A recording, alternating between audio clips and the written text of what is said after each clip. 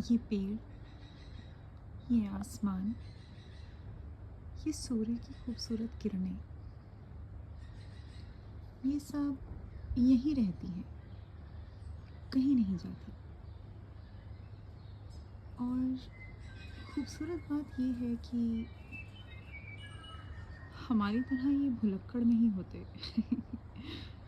इन्हें सब याद रहता है। पेड़ों की जितनी बड़ी शाखाएं होती हैं, उतनी ही गहरी उनकी जड़ें भी होती हैं। पेड़ बड़े विचित्र तरीके से काम करते हैं। आप जितना उनके नज़दीक जाते हैं, उनके बारे में पढ़ते हैं, तो आप ये समझ पाते हैं कि वो इस समय के कब से साक्षी हैं। कब से वो चुपचाप ऐसे ही मौन में सब कुछ देख रहे हैं। प्रकृति के सारे बदलते नियम, सारी उथल पुथल, सारी चहल पहल, सब देखते हैं। ऐसे ही कुछ हमारे कर्मों का सिद्धांत है।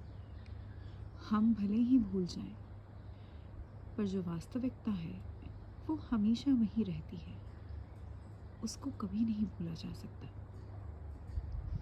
हमारी अंतरात्मा सब सच्चाई जानती है। उसी प्रकार से हमारा जीवन चलता है।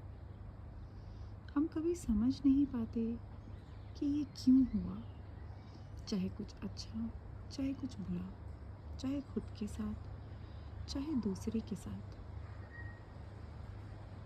पर अगर आप गहरे से अध्ययन करोगे तो आप समझोगे कि वो जो कुछ भी होता है वो कर्मों के माध्यम से ही होता है।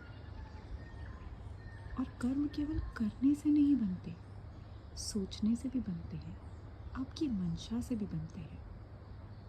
इसीलिए ही तो कहते हैं, जितना गहरे से आप प्रकृति को समझोगे, उतने ही गहरे से आप ये याद अपने आप को दिला पाओगे कि ये और आप एक हैं।